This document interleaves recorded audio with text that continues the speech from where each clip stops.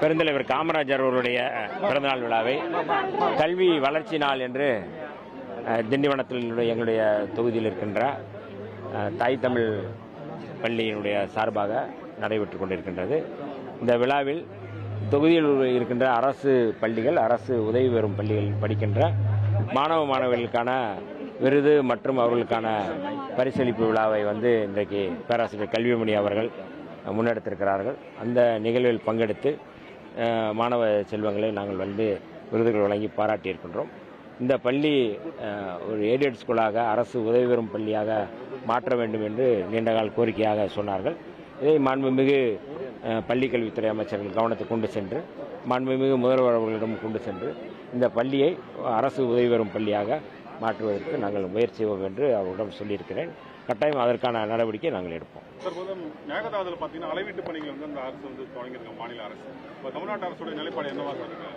இல்லை, ஏற்கனவே சட்டப்பேரவையில் தெளிவுபடுத்தியிருக்கிறார்கள். மாண்புமிகு முதல்வர் அவர்கள் மிகுந்த தெளிவோடு மேகதாது அணையில் எந்த செயலும் செய்யக்கூடாது, அங்கு அணை கட்டக்கூடாது என்கின்ற அடிப்படையில் தான் அந்த தீர்மானமும் இயற்றப்பட்டது. அந்த தீர்மானத்தில் தமிழ்நாட்டில் இருக்கின்ற அத்தனை கட்சிகளும், சட்டப்பேரவையில் இருக்கிற அத்தனை கட்சிகளும் அதற்கு தீர்மானத்தை ஆதரித்திருக்கிறார்கள். ஆகவே மேகதாதுவில் அணை கட்டுவது என்பது உச்சநீதிமன்ற தீர்ப்புக்கு எதிரானது. அதான் ரொம்ப முக்கியமானது. அப்போ ஒன்றிய அரசு இதில் அமைதி காப்பது என்பது இரு மாநிலங்களுக்கிடையே பகையை உருவாக்குகின்ற முயற்சியாகத்தான் நாங்கள் பார்க்கின்றோம். ஆகவே ஒன்றிய அரசு இம்மாதிரியான சின்ன சின்ன பணிகள், அதை அளவீடு செய்கிறது, போய் பார்வையிடுவது என்பதை அவர் நிறுத்த வேண்டும் என்று ஒன்றிய அரசு அதற்கு வழிகாட்ட வேண்டும் என்று நாங்கள் கேட்டுக்கொள்கிறோம்.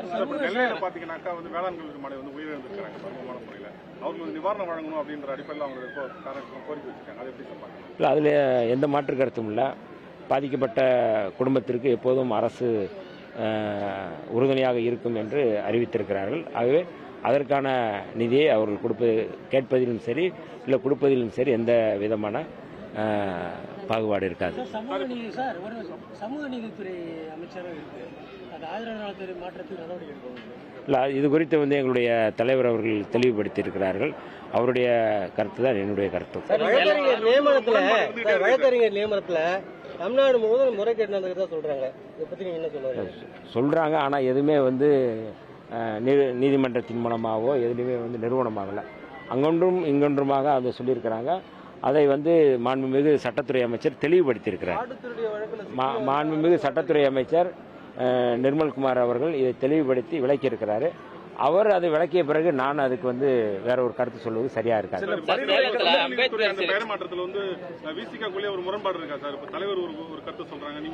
இல்ல, எல்லாம் தலைவர் சொல்ற கருத்து தான். தலைவர் சொல்ற கருத்து தான். தலைவருக்கு அடுத்து இருக்கிற எல்லா தொண்டர்களுடைய கருத்தும் ஒரே கருத்து தான்.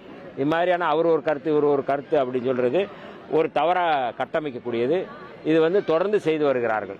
நிறைய விடுதலை சிறுத்தைகள் இன்றைக்கு அரசியலில் ஒரு மையப்புள்ளியாக மாறுவதை விரும்பாதவர்கள் இம்மாதிரி அவதூறுகளை பரப்புகிறார்கள். அந்த அவதூறை நாங்கள் முறியடித்துக் கொண்டிருக்கின்றோம்.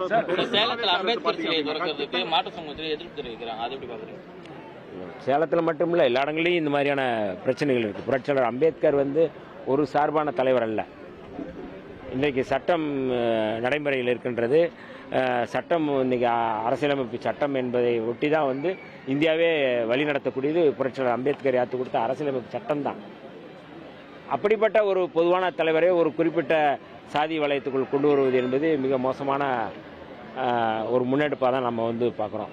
ஆகவே எல்லா இடங்களிலும் அம்பேத்கர் சிலைக்கு எல்லா மக்களும் ஒன்றிணைந்து புரட்சியாளர் அம்பேத்கரை கொண்டாட வேண்டிய, புரட்சியாளர் அம்பேத்கருடைய செயல்பாட்டை, அவருடைய கருத்தியலை, அவருடைய அரசியலமைப்பு சட்டத்தை நம்ம முன்னெடுக்க வேண்டிய தேவை இருக்கின்றது.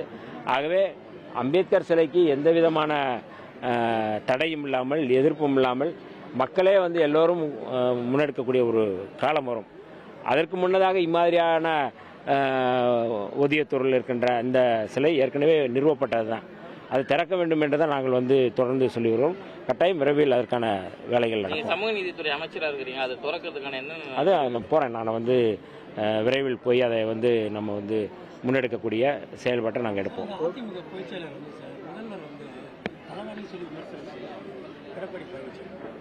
புரியல.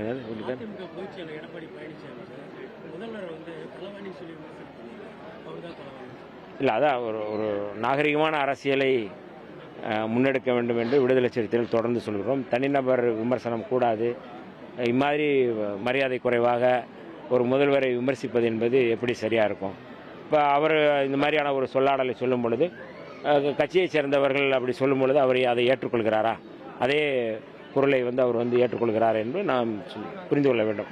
ஆகவே மாண்புமிகு முன்னாள் முதல்வர் மரியாதைக்குரிய அண்ணன் எடப்பாடி பழனிசாமி அவர்கள் இம்மாதிரியான வசை சொல்லை அவர் தவிர்க்க வேண்டும் என்று நான் கேட்டுக்கொள்கிறேன். தமிழக அரசு எதிர்கட்சிகளை போல கூட்டணி கட்சிகளும் விஷக்கணைகளை வீசுறதா வைகோ சொல்லி இருக்கிறார். அதை எப்படி பாக்குறீங்க?